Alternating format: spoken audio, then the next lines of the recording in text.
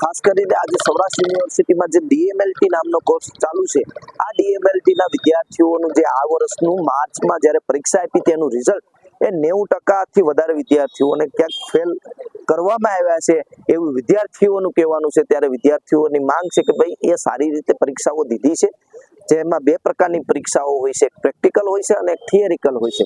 જ્યારે પ્રેક્ટિકલમાં મેજોરિટી વિદ્યાર્થીઓ પાસ છે અને થિયરીમાં મેજોરિટી વિદ્યાર્થીઓ ફેલ છે, તો કઈ રીતના શક્ય હોઈ શકે એવું વિદ્યાર્થીઓને આશંકા છે કે પોતાના પેપરો ક્યાંક સારી રીતે ચેક અધ્યાપકો દ્વારા કરવામાં નથી આવ્યા। ત્યારે વિદ્યાર્થીઓની માંગ છે કે ભાઈ અમારા પેપર ફરીથી ચેક કરવામાં આવે અને જે ગ્રેસિંગ સિસ્ટમ છે એનો જો ક્યાંય નીતિ નિયમથી લાભ આ વિદ્યાર્થીઓને મળતો હોય તો યુનિવર્સિટી દ્વારા આપવામાં આવે અને વિદ્યાર્થીઓને ન્યાય આપવામાં આવે એવી માંગ સાથે આજે એનએસયુઆઈ કુલપતિશ્રીને રજૂઆત કરવા આવ્યું છે।